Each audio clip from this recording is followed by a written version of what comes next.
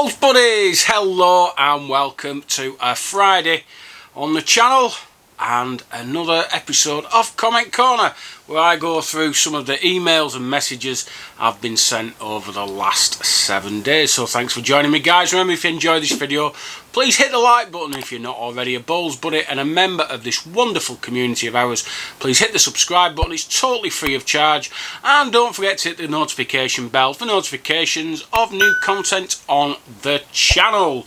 And talking about subscribers, or sorry, Bowls buddies, I'm up to about 1880, something like that, so I'm just over 100 subscribers short of getting to that magic 2000 figure, and I'd love to get that by the end of the month. So please, if you can tell all your pals who play bowls, or maybe don't play bowls and just want to watch some fat bald bloke talk rubbish for 10 minutes, that would be absolutely brilliant. So let's get started. I'm going to delve straight in to the emails, and an old friend of the channel, Gerald O'Shaughnessy, has sent me a couple of things. He's sent me a lovely picture of him with his grandson. Apparently I've helped kickstart his bowls career, which is fantastic. But he asked me a question. Hi Andy, what's your opinion on some questions I am often asked? What bowls are the ideal weight for a beginner? What's the difference between standard bowls, low density and high density, and which of these are better for fast greens and heavy greens? Well, no problem at all. Beginners, all I would suggest to a beginner is pick up several different sizes and feel which, and just see which feel the most comfortable in your hand. Remember, you've got to be able to send them in all conditions, so whether it's wet, dry, whatever. So it's just a case of trying a lot, seeing which you like the feel of. As a beginner, I would say stick to standard density if possible. You don't want to confuse things too much in the early stages. I'll try and briefly explain the difference. I have done it in a Tuesday tutorial, I think, but anyway, standard density. If you send that bowl, whatever weight it is, with a certain force, it'll go a certain distance. A high density ball of the same weight won't travel as far, maybe travel a yard or so shorter in distance. If you sent a low density ball with the same weight, with the same force, it would probably go about a yard further, approximately. It's not an exact science, it depends on lots of other things. So as a beginner, try and stick to your standard density ball. Stick to a pair that feel nice in your hand, because there's all different shapes and sizes. Some have broad soles, some have narrow soles, and I prefer a broader sole. Other people prefer a narrower sole. It's all personal preference. For fast greens, high density bowls are generally better because they don't travel as far. You can send them harder and they stop quicker, and it's the opposite for low density bowls. They're better on heavier greens because they will run that little bit more. So I hope that helps, Gerald. Also, I got a message yesterday on Facebook Messenger following my county roundup, Phil Ellett, and he was saying that their county actually did give a man of the match award. They really treated their county game as though it was a proper county game, giving caps as well for the game and giving man of the match awards, and I think that's really good. I think every county should really have treated them like that. I know I was a bit disappointed with North Lancs. There was a lack of officials on the day. It was left to a handful of players really to sort it all out. Little disappointing, but not every county, I guess, has the structure of some of them. It's interesting to note that for a lot of counties, and Phil didn't really mention this, but I know certainly it was the case for Shropshire. I think it was the case for Warwick and Worcester. Initially, the officials didn't want them to play because of COVID, and once it was put to the players, do you want to play, yes or no, the players basically decided they did, and that was the end of the matter. Simple as, because that's really you know, what British Crown Green are there for. They're the national governing body. It's in there, if you read the handbook, their main aim is to promote the game, the sport of Crown Green bowls. And for me, you know, getting things played is part of that. And so for me, the county championship should have took place as close to normal as possible. Obviously, things needed to be pushed back a month or so, but you know, it's not beyond the wit of man to have arranged the county championship as it should be. And you certainly can't say that it was about minimising travel and things like that, because you had North Midlands playing Cumbria in a second round game. So, you know, you've travelled half the length of the country there. So anyway, by the by, that was the situation. Okay, I'm just going to run through the comments now on Facebook, YouTube even. Graham Turner. Hi Andy, love your talking bowls, really informative. Just wondered if I could get your thoughts on the new proposed structure for competitions put forward by Mark Burdett. Yeah, Mark put something on Facebook about the CGPA working in unison with British Crown Green to sort of standardise competition entries, make it more, I want to say professional, but maybe more organised.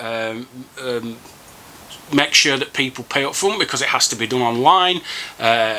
This sort of helps the organiser get money in. It also protects them.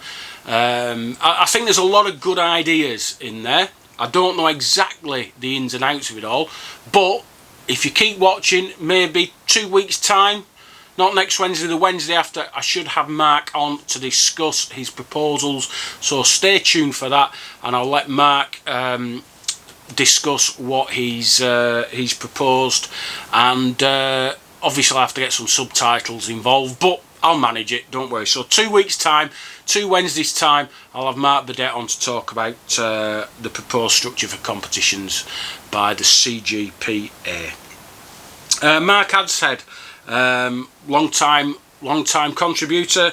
Been watching the Olympics and it's been thoroughly entertaining. BMX, skateboarding, mountain biking, etc. Now all the kids and young adults will want to try these sports, and there's something to aim for, like gold medal, unlike both codes of bowls. Do you think at least the flat green game should try and get on the Olympic rota? At least there would be some TV media exposure then. Commonwealth Games does have a flat version. Shouldn't the Crown Green Association be pressing it to be in, with it being in Birmingham next year? The way it's going, we will be the minority of minority sports. Well, I think we already are, Mark, to be honest, the minority of minority sports. From what I can gather, each host nation who hosts the Olympics or the Commonwealth Games can have an exhibition sport, I think they call it. Is it an exhibition sport? And I know Australia are actually, the Australian flat green governing body are actually pushing Australia to get flat green bowls on the Olympic schedule when it's in Australia next. Yes, it's a start. It'll get coverage. It'll get people involved in bowls. It won't get people involved in Crown Green bowls, but it's a start. And if they see it, they will. If you build it, they will come. The Commonwealth Games in Birmingham, for me, and I've said it before, is an ideal opportunity for British Crown Green to say, look, give us an hour or so during your event in where they're holding it. Oh, it's just south of Birmingham. It'll come to me in a minute. I'm going to apply for tickets because I want to go and watch it, but that's another matter. And just saying, look, give us an hour, give us a couple of hours over a few days.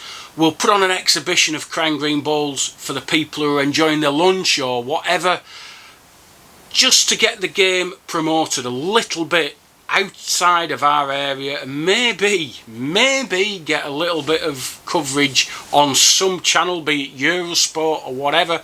I just think it's an ideal opportunity, and if they're not already in talks with the Commonwealth Games people, they should be. It's just an ideal opportunity. It reminds me of the time when British Crown Green were trying to get a bill through Parliament with one of the MPs from Cumbria, trying to make sure that bowling greens couldn't be built on. Unfortunately, that never got passed. It got kicked out after the first reading, I think. Now, at the time, I can't remember if I put it on a website or whatever, you want to make an impact. You want to try and get people taking notice. So what do? Outside the House of Parliament, there's a square of grass that's about the same size as the Waterloo. Fill a coach full of bowlers, get down there, have a competition on it. Get people playing on that square. It'll get news crews down, it'll get interest, it would have just got extra coverage for the thing. There were a few handful of photos with the MP with a few blazers, and that was about it. So again, that was an opportunity missed. But for me, the Commonwealth Games, absolutely fantastic opportunity to get bowls as an exhibition sport. And I still can't remember where it's called, where it's being played. It'll come to me. Brian Wilson. Hi Andy, thanks for another Talking Bowls. I also enjoy the Tuesday tutorial. Do you plan to do any more, or will you wait until next year? Thanks again and enjoy your holiday. Well, the problem with the Tuesday tutorials is they were aimed at beginners and people who maybe just wanted a few tips to improve the game. Maybe they hadn't thought about a few bits and pieces. I'm not sure where else to go with it or what else to do, because for me, you know, I know people have been writing books and all sorts about practice tips and imagining stuff and all the rest of it. For me, it's all about practice. You go out and, you know, gauging a length, for instance. I can't tell you how to gauge a length. You have to find that out for yourself. I can't tell you how to adjust your length. You have to put the practice in for that. It's one of those things. I can tell you the ideas behind it, but until you actually go on a bowling green and start sending bowls for yourself, it's really, really difficult to teach you. I mean, I've had people ask me about their deliveries and things like that. That's not an issue. You can easily pick that up. But as a guide to help the finer points of the game, it's really, really difficult. I'm trying to think of things I can do, and I'd love to do more because I did enjoy doing them. But maybe get suggestions. So if you have any ideas, any suggestions about what you want to see, what I could help with, what you might want covering, please comment below or send me an email, send me a message, whatever, and I'll see what I can do. So thanks for watching, by the way, Brian. From last week's comment corner, Jimmy Parker, the Pie Man, he put the following. Facts are, Flat Green fund the TV to over £200,000. Wow! But they have a national membership that funds a big part. Crown Green is free, you reap what you sow. Absolutely, can't disagree with any of that. Dave Parkin, the Bowls Development Alliance have appointed a Northwest-based development officer. It was in this month's BCGBA newsletter. Ooh, might be worth reaching out to Ian Gill. Might be. From what I can gather, I almost went for that job. If you remember back, I did mention it. It seemed to me to be more of a salesman's job than anything else. The cynical side of me saw that you were going out to places, mainly retirement homes, from what I can gather, and trying to sell the short mats side of things and sell packages and things like that. So whether that's development, I'm not too sure. But for me, well, I don't know. I don't have much trust in anything that's currently going on with Crown Green Bowls. When the Flat Green game is booming at the minute, they cannot make enough bowls to satisfy demand. Whereas Crown Green, we're still sort of not even, well, we're just not up and running, are we? It's all a bit laid back, not bothered. Some leagues aren't having promotion and relegation. Teams can put extra players in. If they're short, they can play twice. It's just a general malaise for me, and there's a handful of people who are trying to do an awful lot in the game now, and they know who they are. I've mentioned them time and time again. and they're not the ones who should be leading this. It's the frustration is just, it eats me up sometimes. It eats me up. The opportunities are there. The opportunities just need to be taken, and it just seems like if it's hard work, we're not going to do it. That's all I'm going to say on the matter, because I'll probably get shouted at by somebody.